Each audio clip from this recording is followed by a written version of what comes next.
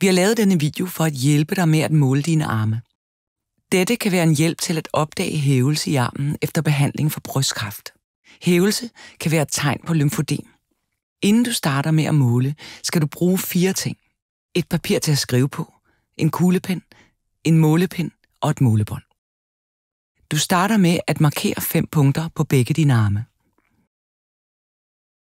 Find den lille knogle på ydersiden af dit håndled og tegn en linje lige under den for at markere det første punkt. Brug nu målepinden til at finde det andet punkt på armen. Læg målepinden ved det punkt, du netop har tegnet, og tegn det næste punkt på underarmen.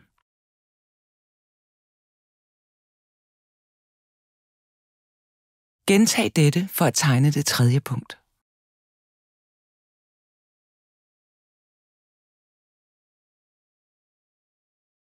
For at finde det fjerde punkt, skal du strække armen, inden du bruger målepinden. Tegn punktet på overarmen over din albue.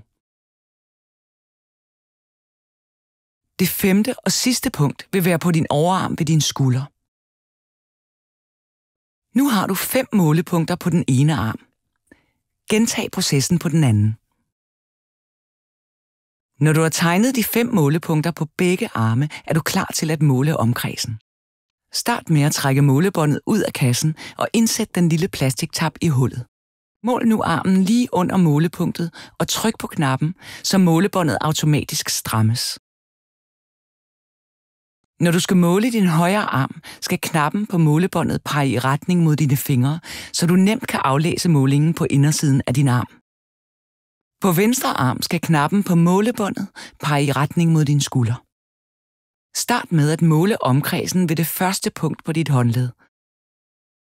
Placer målebåndet under punktet og tryk på knappen, så målebåndet strammes. Aflæs omkredsen ved håndledet i centimeter og noter dette tal på papiret. Vær opmærksom på at notere tallet for højre arm på papiret, der hvor der er plads til målingen for højre arm, og på samme måde for venstre arm.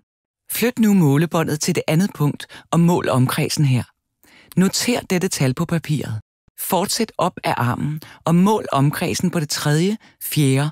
og 5. punkt. Når du har målt punkterne på den ene arm, gentages processen for den anden. Tak fordi du så med, og held og lykke med målingerne.